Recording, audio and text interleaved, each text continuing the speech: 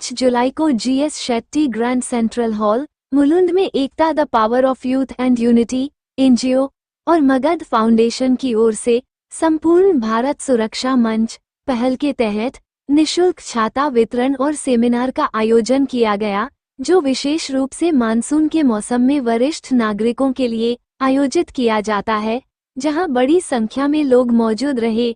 वहीं आए हुए मेहमानों के हाथों से छाता बांटा गया और लोगों का मार्गदर्शन किया गया।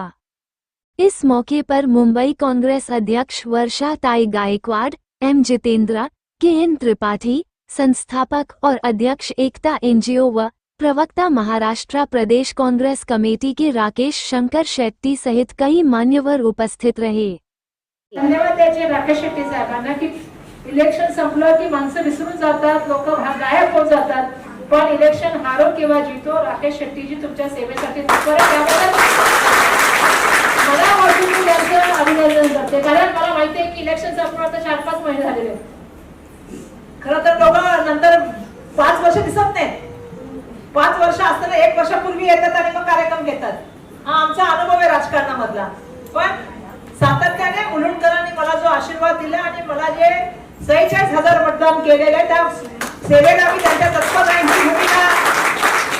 मतलब डिप्लोमेटिक फ्रंट में हम बहुत कमजोर हो चुके हैं और संपूर्ण भारत सुरक्षा मंच के बीच हम आपके बीच में एक मैसेज देना चाहते हैं कि हमें सबसे ज्यादा ध्यान कुछ करना है तो एजुकेशन पे देना।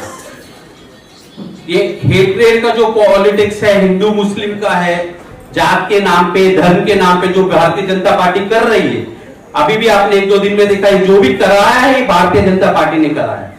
इससे हमें दूर रहना पड़ेगा। देश में एकता और अखंडता अगर रहेगा तो ही देश प्रगति कर सकता है। मुंबई कांग्रेस के अध्यक्ष और यहाँ की सांसद हमारी बहन वर्षा गायकवाड़ जी, हमारे भाई तेलंगाना के नेता M जितेंद्र साहब, मंच पर उपस्थित तमाम महानुभावगण, सामने उपस्थित हमारी बहनें, हमारे भाई एवं साथी।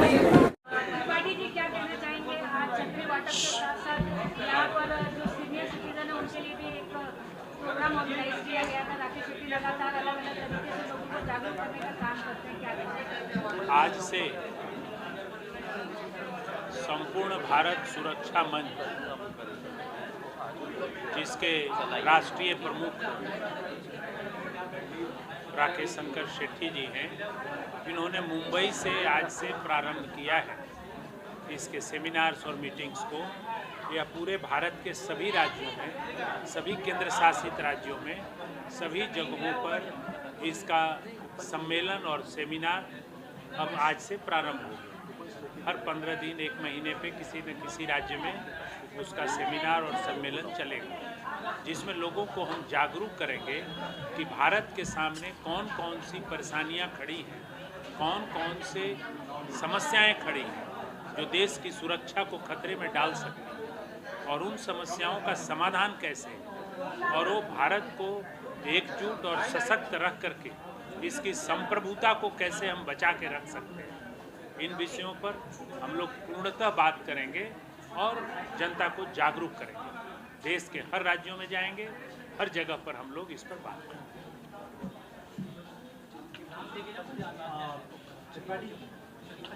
जैसे अभी मुलुंड में आपने ये प्रोग्राम किया, तो देश के अन्य भागों में अगला आपका जो स्टेट है वो कौन सा है?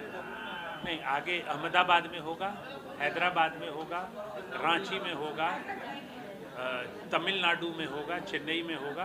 तो हर जगह पूरे देश में, हर राज्यों में हम लोग आगे 15 दिन 1 महीने पे किसी न किसी राज्य में कोई सम्मेलन होगा और वहाँ पे हम लोग सब जाएंगे। राकेश शेट्टी जी इसके राष्ट्र प्रमुख हैं, तो यही इसको हर जगह। ये जो मगध फाउंडेशन संपूर्ण भारत सुरक्षा मंच, ये विचार कैसे आया? ये आज नहीं, आज के मुझे लगता है कि 7-8 साल पहले इसका निर्माण हुआ है और इसमें हम लोग हर वर्ष एक मीटिंग करते हैं। 2 मीटिंग्स होती है, एक राष्ट्रीय काउंसिल की होती है और एक कोर कमेटी की होती है। तो इसकी जब 2022 में गया में जब मीटिंग हम लोगों ने किया था, तो उस मीटिंग में देश के जो हमारे भारत के मगध के 7 देश जो बने हैं, उन 7 राष्ट्र से हम लोगों ने किसी न किसी को बुलाया था। वहाँ के लोग आए थे, वहाँ के रिप्रेजेंटेटिव आए थे और हम लोगों की मीटिंग हुई थी। तो ये हम लोग भारत सरकार को सहयोग करेंगे। सार्क कमज़ोर हो गया, उसकी महत्ता कमज़ोर हो गई, जिसे पूर्ववर्ती सरकारों ने बनाया था कि 10 साल में सार्क की वह महत्व नहीं रही जो बनने वक्त रही थी। उसको भी हम लोगों को ताकत देनी है। तो साउथ एशियन कंट्रीज़ जो हैं, जो भारत के इर्द गिर्द हैं और जो कभी भारत के मगधकालीन भारत के भाग थे, उनको हमें अपने साथ करना है, उनसे मित्रता करनी है, उनसे यह भी बात करना है कि उनको डिफेंस एक्सपेंडिचर की ज़रूरत नहीं है।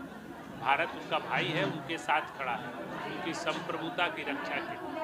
राकेश सर, क्या कहना चाहेंगे? आज छतरी वाटप के साथ साथ सेमिनार भी रखा गया था, जो सीनियर सिटीजन है उनके लिए किस लिए ये प्रोग्राम ऑर्गेनाइज आप लोग कर रहे हैं, क्या मुद्दा है? संपूर्ण भारत सुरक्षा मंच, ये जो हमने प्रोग्राम पूरे देश में ले जाएंगे, और मगध फाउंडेशन जिसके अध्यक्ष अभी आपको संबोधित किया KN त्रिपाठी जी, उसी तरह हमारे महासचिव M जितेंद्र जी जो मगध फाउंडेशन के महासचिव हैं, ये पूरे देश में हम लोग सेमिनार के रूप में लोगों को जागरूक कराना चाहते हैं कि किस तरह खराब नेशनल इंटरनेशनल पॉलिसी के कारण आज भारत कमज़ोर पड़ रहा है।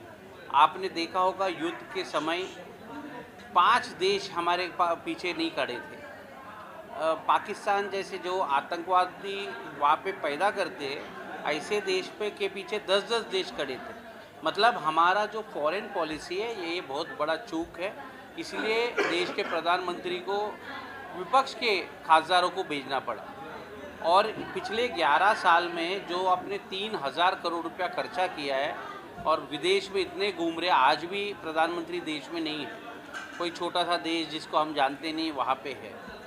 तो ये जो खर्चा होने के बाद फ़ायदा क्या हो रहा है? जब हम युद्ध की स्थिति में है तो 4 देश आपके पीछे खड़ा होना चाहिए, वो नहीं है। ये हम लोगों को जागरूक करा रहे हैं। और दूसरा एक एजेंडा ये है कि देश का अगर आपको सुरक्षा करना है तो बाहर से भी करना है, अंदर से भी करना है।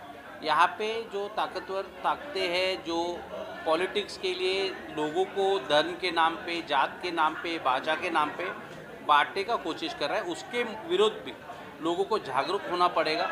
आज एजुकेशन बजट देखिए, मोदी जी ने जो मनमोहन सिंह जी के समय 8% था उसको कम करके 4% पे लेके आए। आज आप देश में ग्रेजुएट की संख्या देखिए, 4.5% ग्रेजुएट्स है। मतलब ग्रेजुएशन ही नहीं किया, मतलब 140 करोड़ का देश, आपके पास ग्रेजुएट सिर्फ 4% है।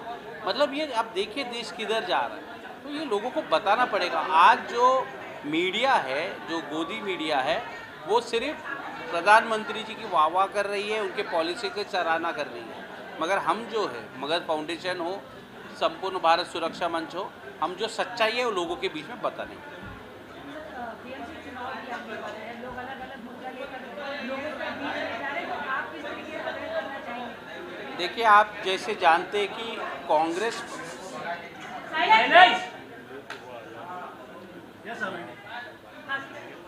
देखिए कांग्रेस पार्टी का जहाँ तक सवाल है, आप जानते हैं हम धर्मनिरपेक्ष है, हम जाति के नाम पे, धर्म के नाम पे, भाषा के नाम पे नफरत नहीं फैलाते। हम देश का प्रगतिशील देश बनाना चाहते हैं और यही पिछले 75 साल से हम करते आ रहे हैं और वही करते रहेंगे। जहाँ तक महानगर पालिका का चुनाव की बात है, भारतीय जनता पार्टी पिछले 3 साल से ये चुनाव नहीं ले रही है, कभी कोर्ट में जाकर बहाना कर रही है। मगर मुझे ऐसा लगता है जो इस हिसाब से आज पूरे मुंबई में, महाराष्ट्र में लोग भारतीय जनता पार्टी का डिवाइड एंड रूल जो ब्रिटिश करती थी वो समझ रही है, और एक बहुत बड़ा ताकत मुंबई और महाराष्ट्र में भारतीय जनता पार्टी के सामने खड़ा हो जाए।